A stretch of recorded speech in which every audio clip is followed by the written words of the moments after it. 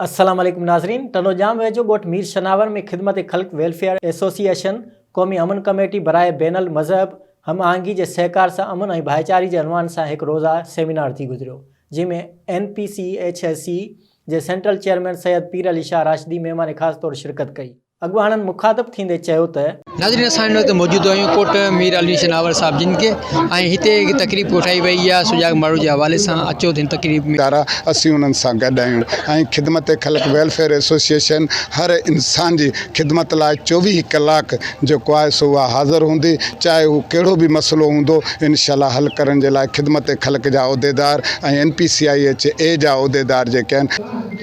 और NPCIHA 2004 से बाकायदे काम कर रही है और इसका जो स्टार लिया था मेरे एल्डर ब्रदर सैयद मोहम्मद अमीन शाह राशिदी ने लिया था, अल्लाह उनको जन्नत नसीब फरमाए।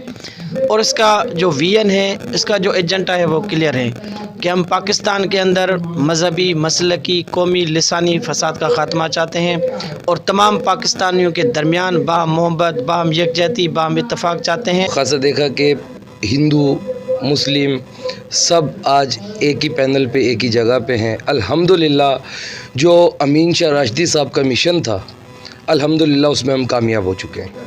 भाई अमीन शाह राशिदी का जो मिशन था जो उन्होंने 2004 में जिसकी बुनियाद रखी थी उसमें कामयाब हुए हैं और इंशाअल्लाह ताला हम आज ये मैसेज देने में कोई यार महसूस नहीं करते कि दुश्मनाने पाकिस्तान ये देख लें कि NPCIH ने पाकिस्तान की बका और इस्तेकाम के लिए जो बेड़ा उठाया था उसमें कामयाब है।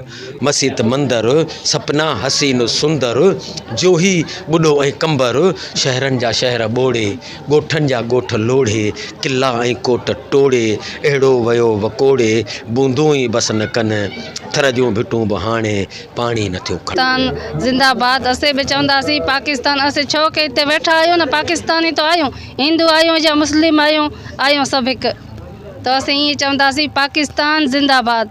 मुसलमान ऐं हिंदू सभु गॾु थिया आहिनि, सभु असांजा भाउ आहिनि, असांखे ॾाढी ख़ुशी थी आहे। अहिड़ा प्रोग्राम थियणु खपनि। हा, अहिड़ो प्रोग्राम थियणु खपे।